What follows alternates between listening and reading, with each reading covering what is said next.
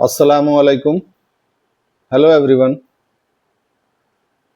अल्हम्दुलिल्लाह मैं तो ठीक हूँ और उम्मीद है कि आप लोग भी ठीक ही होंगे। मैं एक किडनी पेशेंट हूँ और पिछली वीडियो में जो मैंने डिस्कस किया था वो था कि डायलिसिस या ट्रांसप्लांट। तो उसमें हम लोगों ने डिस्कस किया कि क्या करना है नहीं करना है।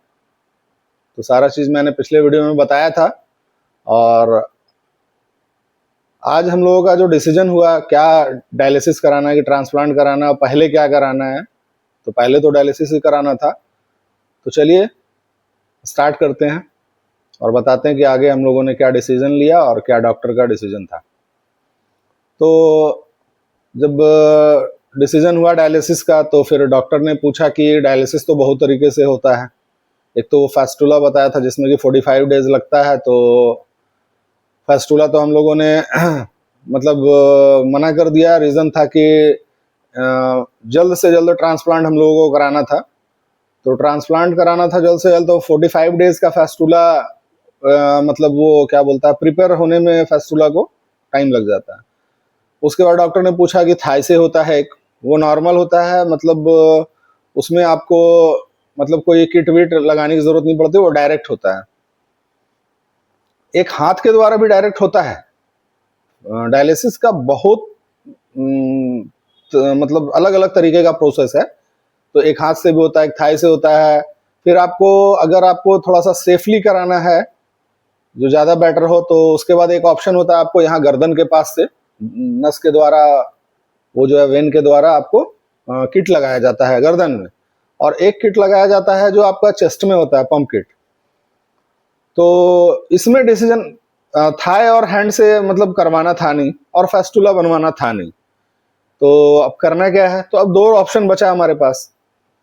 तो उसमें डॉक्टर ने कहा कि एक जो गर्दन वाला आता है, जो गर्दन का आपको किट लगेगा, उस किट की वैलिडिटी होती है 1 मंथ। 1 मंथ के बाद वो आपका डिस्ट्रॉय हो जाएगा, फिर उसको निकाल के फिर दूसरा किट लगाना पड़ेगा आपको। मतलब हमेशा 1 मंथ करके वो आपको चेंज करवाना पड़ेगा।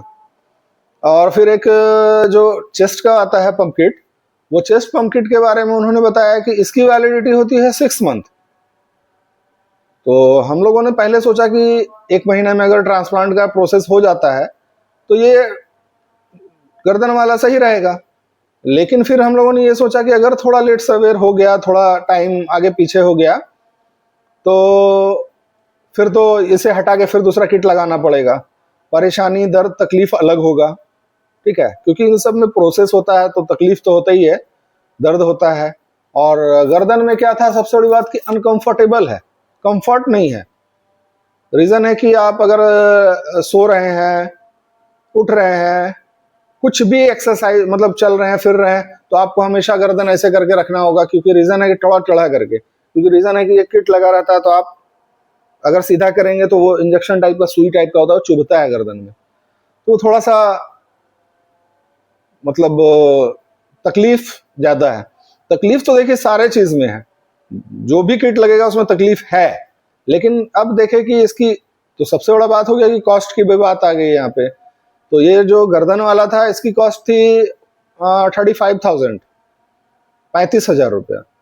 तो मैंने सोचा कि हम लोगों ने यही डिसीजन लिया कि जब 35,000 लगेगा, तकलीफ भी होगा, फिर अगर 1 मंथ से थोड़ा डिले हो गया अगर ट्रांसप्लांट में, तो फिर क्या होगा कि इसको फिर हटाओ, फिर लगाओ, फिर 35,000 लगाओ, है ना। तो मामला यहाँ पे आके अटक गया कि चेस्ट का जो पंप किट होता है इसका क्या था कि इसकी कॉस्ट थी, चेस्ट वाले पंप किट की थी कॉस्ट 55,000। तो इस ये कॉस्टली था, बट इसका था कि 6 मंथ तक आप इसको बॉडी में आप रख सकते हैं, उसके बाद आपको निकालना है। तो होता क्या है कि ट्रांसप्लांट के बाद भी किट लगा रहना चाहिए। जब तक आपका सारा चीज अच्छा नहीं हो जाता तब तक ये किट को हटाया नहीं जाता है। तो मामला ये था। तो हम लोगों ने सोचा कि जो यहाँ लगाएंगे, यहाँ प्रॉब्लम है, यहाँ है कि सेफ भी है। और सबसे सेफ अगर डायलिसिस माना जाता है और अभी के टेक्नोलॉजी के हिसाब से, तो सारे डॉक्टर का और हम लोगों का भी सजेशन यही था कि चेस्ट पंप किट ही लगाएंगे, क्योंकि ये सेफ भी है, छिपा हुआ भी है, दिख भी नहीं रहा है, प्लस क्या है कि आराम से इसको आप यूज कर सकते हैं, कहीं कोई दिक्कत नहीं है, आप सारा काम कर सकते हैं। लेकिन है कि थोड़ा सा प्रोसेस है। तो लास्टली डिसीजन हम लोगों का यही हुआ कि हम लोगों को चेस्ट पंप किट लगाना है। तो चेस्ट पंप किट के लिए जब एडमिट हुए तो प्रोसेस उसका यही था कि डॉक्टर का मतलब एक होता है कि उसको बेहोश करके भी किया जाता है, लेकिन डॉक्टर ने बेहोश करके नहीं किया, उनको मतलब उन्होंने कहा कि नहीं कोई इशू नहीं है। लेकिन देखिए दर्द तकलीफ तो होता ही है। यहाँ पे 2 कट लगता है चेस्ट के पास, एक ऊपर वेन में लगता है यहाँ पे कट, और एक चेस्ट के हल्का नीचे कट लगता है। जिस कट के द्वारा आपको पाइप अंदर इन करके, मतलब इधर से पाइप अंदर चेस्ट से पाइप इन करके आपके हार्ट तक पहुंचाया जाता है, जहां से कि आपका डायलिसिस के टाइम ब्लड को मतलब पाइप के द्वारा, पंप के द्वारा टान सके। ठीक है, तो वो किट लगा, दर्द हुआ, तकलीफ हुआ, और उसमें क्या है कि एक दिन आईसीयू में भी रखा गया कि किसी तरह का कोई प्रॉब्लम ना हो, ब्लीडिंग वगैरह ना हो। उसके बाद नेक्स्ट डे डिस्चार्ज कर दिया गया। तो डिस्चार्ज हो गए, उसके बाद एक दिन बाद फिर बुलाया गया और वीकली 2 डायलिसिस सजेस्ट किया गया, क्योंकि डायलिसिस तो कराना ही था, ट्रांसप्लांट का प्रोसेस तो होगा ही, लेकिन डायलिसिस कराना था। तो 1 वीक में 2 डायलिसिस था। तो डायलिसिस के दौरान क्या होता था कि फर्स्ट डायलिसिस जो मेरा हुआ लाइफ का, मुझे तो बहुत डर लगता था डायलिसिस से, लेकिन ऑप्शन नहीं है, अब जान बचाना है। तो एक कहावत है ना, मरता क्या नहीं करता, है ना। तो ऑप्शन था नहीं मेरे पास, तो मैंने सोचा कि चलो सब अल्लाह मालिक है, जो होगा अब देखा जाएगा। जब जिंदगी मौत से इंसान लड़ता है तो उसके आगे कुछ नहीं चलता ना, आप कुछ कर नहीं सकते। तो उसके बाद फर्स्ट डायलिसिस जब मेरा हुआ, तो डायलिसिस में क्या था मामला कि आपका देखिए होता क्या है ना कि डायलिसिस में मेरा जो सिम्टम था मैं वो बता रहा हूँ आपको। जब डायलिसिस स्टार्ट होता था तो 4 घंटे की डायलिसिस होती थी मेरी। तो उस 4 घंटे के दौरान क्या क्या परेशानी आती थी वो मैं आपको डिस्कस कर रहा हूँ। 4 घंटे डायलिसिस के दौरान होता क्या था कि आप जैसे डायलिसिस स्टार्ट हुआ, हाफ एन आवर 1 आवर के बाद, आधे से 1 घंटे बाद होता क्या था कि गैस बन जाता था मुझे, बहुत भयानक, बहुत ज़बरदस्त वाला।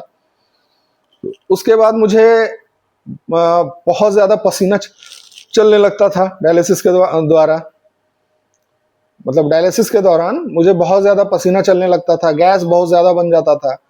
उसके बाद वोमिटिंग फील होने लगता था, कई बार तो वोमिटिंग हो भी गया है। ठीक है, तो उसमें क्या होता था कि जब मैं बोलता था डॉक्टर को, जो डायलिसिस करते थे उनको बोलता था मैं, सीनियर जो डॉक्टर थे, कि सर मेरे साथ ऐसा ऐसा प्रॉब्लम हो रहा है, तो बहुत मतलब ज़्यादा जब परेशानी होने लगती थी तब वो मुझे गैस का इंजेक्शन देते थे। ठीक है, उसके बाद वोमिटिंग का इंजेक्शन देते थे, वोमिटिंग ना हो। ठीक है, उसके बाद बहुत परेशानी। और डायलिसिस क्या है कि इंसान को वीक कर देता है, वो वीक कर देता है, लेकिन क्या है, ऑप्शन नहीं है हमारे पास। बिना डायलिसिस का जिंदगी जीना किडनी फेलियर के बाद ये थोड़ा सा डिफिकल्ट है, थोड़ा नहीं बहुत ज्यादा डिफिकल्ट है। और डायलिसिस में देखिए ये सब सिम्टम होने का रीजन भी है। रीजन ये है कि देखिए होता क्या है कि डायलिसिस आपका 4 घंटे का होता है। तो 4 घंटे का डायलिसिस जो आपका हो रहा है, तो वो क्या कर रहा है, आपके बॉडी के यूरिया को और गंदगी जो होता है, बॉडी का टॉक्सिन, बॉडी का यूरिया, बॉडी का क्रिएटिनिन वगैरह को जो निकालता है। तो डायलिसिस तो 4 घंटा हो रहा है, और हमारा जो रियल किडनी होता है बॉडी में, वो तो 24 घंटा वर्क करता है। तो एक 24 घंटा रियल किडनी वर्क कर रहा है, और एक डायलिसिस मात्र 4 घंटा हो रहा है दिन भर में। तो 20 घंटा तो कुछ नहीं हो रहा आपका, ना किडनी है ना डायलिसिस हो रहा है। डायलिसिस तो 4 ही घंटा हो रहा है, और किडनी तो बॉडी में है नहीं। तो बॉडी में जो किडनी दिन भर 24 घंटा वर्क करता है, उसकी क्वालिटी बॉडी की, और एक क्वालिटी आपका जो 4 घंटा डायलिसिस हो रहा है, तो 20 घंटा तो आपका बॉडी में जो कचरा जमा हो रहा है वो तो साफ नहीं हो रहा है, और वो भी वीकली आपको किया जा रहा है डायलिसिस 2। तो आप समझ लीजिए कि 3 से 4 दिन में जो जितना गंदगी जमा हो रहा है बॉडी में, वो तो साफ हो नहीं रहा क्योंकि किडनी है नहीं। अब आप फिर 3 से 4 दिन बाद जाएंगे डायलिसिस कराने, तो वो कितना बॉडी का आपका गंदगी कितना निकालेगा? मशीन के द्वारा 4 घंटे में ओनली 20% बॉडी का जो मतलब यूरिया और आपका टॉक्सिन और ये क्या बोलता है क्रिएटिनिन वगैरह, जितनी बॉडी की गंदगी है, जो फंक्शन किडनी करती है, वो आप मशीन के द्वारा कर रहे हैं। और 4 घंटा और वीकली 2 दिन कर रहे हैं, और कहाँ आपका ऑल टाइम आपका किडनी वर्क कर रहा है। ठीक है, तो रीजन ये है कि किडनी नहीं रहने से आपका डायलिसिस में क्या है कि आपका गंदगी जो बॉडी का होता है, किडनी के द्वारा तो 100% निकल जाता है, लेकिन डायलिसिस के द्वारा आपका 4 घंटे में मात्र 20% ही गंदगी बॉडी का निकल पाता है। तो 80% जो मतलब जो गंदगी है बॉडी में, तो वो तो बैठा नहीं रहेगा, जाहिर सी बात है। तो 80% जो गंदगी होता है बॉडी का, यूरिया क्रिएटिनिन वगैरह और जितने मतलब बॉडी का हार्मफुल जो होता है बॉडी में, तो वो क्या होता है कि आपके बॉडी को नुकसान पहुंचाता है। नुकसान कैसे पहुंचाता है कि वो गंदगी क्या है कि आपके किडनी को तो डैमेज कर चुका है, अब किडनी तो बचा नहीं। अब क्या है कि आपका हार्ट, लंग्स, लीवर, ये सब ऑर्गन पे आपको जो है कि वो मतलब इफेक्ट करता है, जिस कारण क्या है कि आपको बहुत सारी प्रॉब्लम होती है। तो डायलिसिस देखिए सॉल्यूशन नहीं है, और यही रीजन है कि वोमिटिंग होना, और ऐसा नहीं कि अधिकतर लोग के साथ यही होता है, वोमिटिंग, चक्कर आना, पसीना चलना, गैस बन जाना, ये सब एकदम आम बात है। जो डायलिसिस करा रहा है उनसे आप अगर आप पूछेंगे तो गारंटी है कि वो ये बात बताएगा ही बताएगा, और जिसमें कि इंसान सीरियस भी हो जाता है। मैंने तो बेड पे कितने लोगों को देखा अपनी आंखों से कि बेचारा वो अकबकाने लगता था, सीरियस हो जाता था, तो फिर जल्दी जल्दी उसको इंजेक्शन दिया जाता, पानी चढ़ाया जाता था। तो ये सब सिम्टम सीरियस होना डायलिसिस में बहुत आम बात है। इसीलिए डॉक्टर कहते हैं कि डायलिसिस सॉल्यूशन नहीं है, और इसकी डिटेल जानकारी हम लोग डायलिसिस के बारे में इंशाल्लाह आगे करेंगे कि डायलिसिस से कितने पेशेंट कितना मतलब सक्सेस रेट है डायलिसिस का, या पेशेंट कितना दिन डायलिसिस कराने के बाद स्वस्थ रहता है, फिर कितना दिन के बाद वो डायलिसिस कराते कराते बॉडी खराब हो जाता है। बहुत तरह का रीजन है। डायलिसिस कहीं से भी सही नहीं है, बट जीने के लिए आपको कराना पड़ेगा, चाहे आप जैसे भी कराइए, खुशी से तो कोई कराता नहीं है। ठीक है, तो अब मामला था कि मेरी डायलिसिस हो रही थी, ये प्रॉब्लम आ रहा था। तो डायलिसिस में जो जो परेशानी मेरे साथ हुई वो सारा चीज तो मैंने आपको बता ही दिया, सारी बातें। और डायलिसिस कितना सही है कितना गलत है, इतना तो अंदाजा आप लोगों को लग ही गया होगा कि हाँ, डायलिसिस के बारे में मैंने नॉर्मली जितना होता है वो मैंने बता ही दिया आपको। तो चलिए अब आगे नेक्स्ट वीडियो में हम लोग डिस्कस करेंगे कि डोनर कौन थे, और डोनर का क्या प्रोसेस होता है, क्या आगे का मतलब उनका टेस्ट होता है, क्या क्या परेशानियां आती है, कितना टाइम लगता है। इंशाल्लाह हम लोग नेक्स्ट वीडियो में डिस्कस करेंगे। तब तक के लिए अल्लाह हाफिज।